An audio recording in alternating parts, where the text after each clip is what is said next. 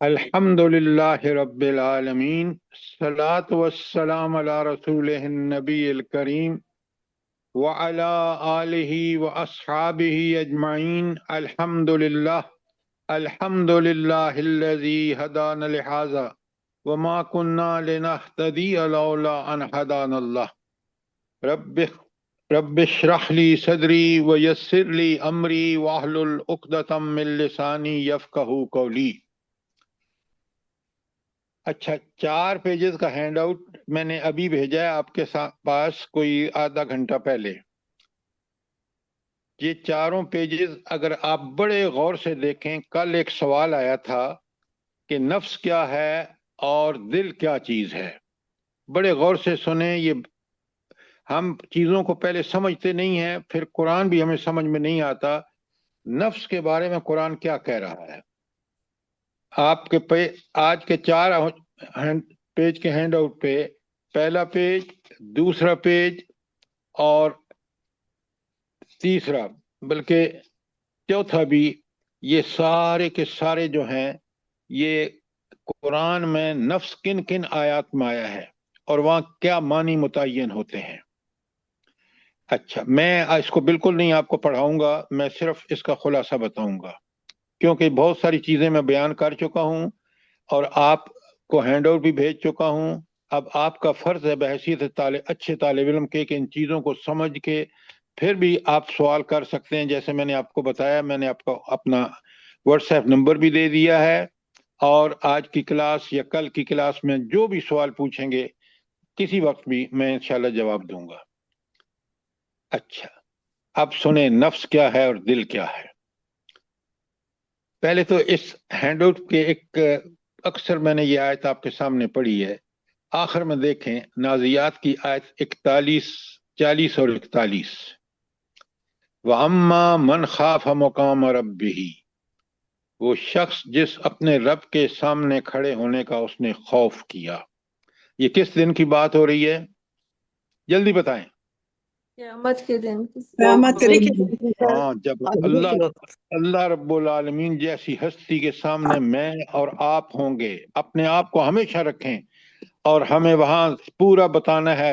ہر اعمال نامہ میرے ہاتھ میں ہوگا، اللہ تعالیٰ کے سامنے کھڑا ہوں گا، اور اگر اس دن کا آج میں نے خیال رکھا، جس اما